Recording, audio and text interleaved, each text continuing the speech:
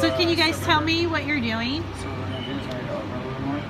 So we're doing manual operations right now, basically, manual data inputs, and practicing our Y and Z and X axis movements.